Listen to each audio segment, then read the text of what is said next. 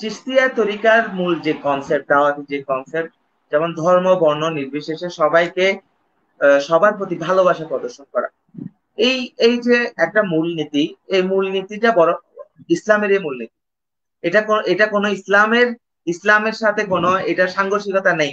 এই মূলনীতি উনি ইসলাম থেকেই, চিশতিয়া তরিকা যারা সাধনা করেছেন, চিশতিয়া তরিকার যে উসুল, এই তরিকার যারা চর্চা করেছেন, তারা যে মূলনীতিটা সেট করেছেন, এই মূলনীতি তারা রসুলের পাক সাল্লাল্লাহু আলাইহি ওয়াসাল্লামের জীবন থেকে নিয়েছেন।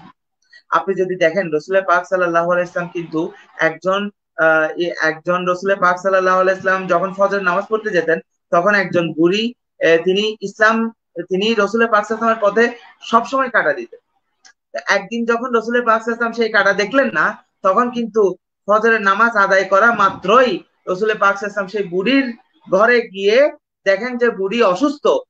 যেই মহিলা রসুলের পাক সাল্লাল্লাহু আলাইহি ওয়াসাল্লামকে প্রতিনিয়ত প্রতিদিন রসুলের পাক সাল্লাল্লাহু আলাইহি ওয়াসাল্লামের নামাজে যাওয়ার পথে বাধা সৃষ্টি করতো, সেই মহিলাকে সেবা দিয়ে রসুলের পাক সাল্লাল্লাহু আলাইহি ওয়াসাল্লাম কিন্তু তার মনের মধ্যে ইসলামের প্রতি ভালোবাসা তৈরি করেন। ঠিক একইভাবে চিশতিয়া তরিকার শায়েখগণ মূলনীতি সেট করেছেন যে ইসলামের দাওয়াত দেওয়ার জন্য আমাদের প্রধান যে অস্ত্র, সেটি হচ্ছে প্রেম। তো মাশাআল্লাহ, মাশাআল্লাহ। প্রেমের যে দর্শন, প্রেমের যে রাস্তা, এই রাস্তাটা তারা অ্যাডাপ্ট করেছে রসুলের পাক সাল্লাল্লাহু আলাইহি ওয়াসাল্লামের জীবন থেকে। এবং এর মাধ্যমে ওনারা এটা বিশ্বাস করেছেন, ওনারা এটা এই বিশ্বাসের উপরে ওনারা কাজও করেছেন যে আমরা প্রেমের মাধ্যমে চাইলে ইসলামকে মানুষের অন্তরে অন্তরে ছড়িয়ে দিতে পারি। এবং ইনারা এটা করে কিন্তু সফল হয়েছে। আজকে দেখেন ভারতবর্ষে যে আমরা এত বেশি মুসলমান, কোটি কোটি মুসলমান, ইন্ডিয়াতে যদি দেখেন প্রায় 20 কোটি মুসলমান, তারা সবাই বাংলাদেশে 90% মুসলমান, শ্রীলঙ্কা বলেন নেপাল বলেন, এই উপমহাদেশে যে এত বেশি মুসলমান, আমরা কোনো না কোনো ভাবে খাজা মঈনুদ্দিন চিশতি রাদিয়াল্লাহু তাআলা আনহুর কাছে ঋণী। একজন সিয়ারুল আউলিয়ার গ্রন্থকার, একটি বিখ্যাত গ্রন্থ সিয়ারুল আউলিয়া, ওই গ্রন্থকার লিখেছেন ভারতবর্ষে কিয়ামত পর্যন্ত, সিয়ারুল আউলিয়া গ্রন্থের 47তম পৃষ্ঠায় খাজা মঈনুদ্দিন চিশতি নিয়ে আলোচনা হচ্ছে। ভারতবর্ষে কিয়ামত পর্যন্ত মুসলমানদের যতই সংখ্যা বৃদ্ধি করতে থাকবে এবং ইসলামের প্রচার এবং প্রসারের সীমা যতই বিস্তৃত হতে থাকবে, তার সওয়াব শাইখুল ইসলাম খাজা মঈনুদ্দিন হাসান সিজদি, অর্থাৎ চিশতি, ওনার যেহেতু উনি সিজদিস্তান থেকে, ওনাকে চিশতি না বলে উনি এখানে সিজদি বলেছেন, খাজা মঈনুদ্দিন হাসান সিজদি রহমতুল্লাহ আলাইহির রূপ মুবারকে পৌঁছতেই থাকবে। কেন? কারণ খাজা মঈনুদ্দিন চিশতি রহমতুল্লাহ আলাইহি, অনেকে অনেক সংখ্যা, অনেকে বলেন 90 লাখ, অনেকে বলেন 99 লাখ। আমি সংখ্যার সংখ্যার আপনার মত পার্থক্যতে আমি যাব না, কিন্তু এটা সুপ্রতিষ্ঠিত, এই কথাটা কেউ অস্বীকার করতে পারবে না।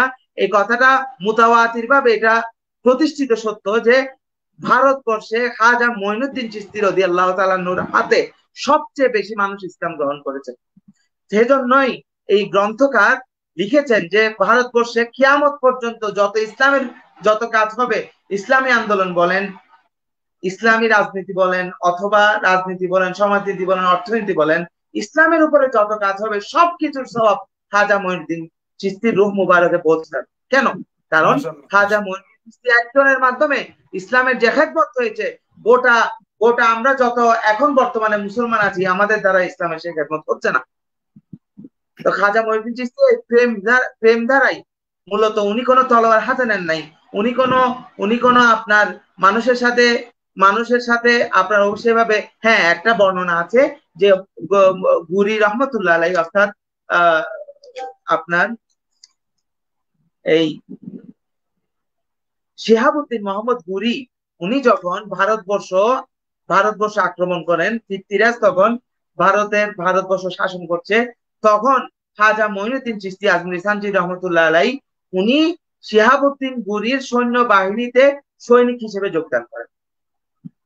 এই এই তথ্যটা আসলে হ্যাঁ, আমরা আসলে আমাদের একদম লাইভের শেষ পর্যায়ে, অলমোস্ট 30 মিনিট প্লাস। খাজা মিনহাজউদ্দিন উনি তাবাকাতে নাসিরি এই কিতাবের মধ্যে উনি এই ইনফরমেশনটা আনেন যে খাজা মঈনুদ্দিন চিশতি রহমতুল্লাহ আলাইহি সুলতান শিহাবুদ্দিন ঘুরির সেই সৈন্য বাহিনীর সাথে ছিলেন, এবং এই বিজয়ে, এই যে মোহাম্মদ ঘুরি যে বিজয় লাভ করেছে, এই বিজয়ে খাজা মঈনুদ্দিন চিশতির দোয়া এবং তাওয়াজ্জু এবং আধ্যাত্মিক শক্তির একটি বিরাট ভূমিকা ছিল। অসংখ্য শুকরিয়া, অনেক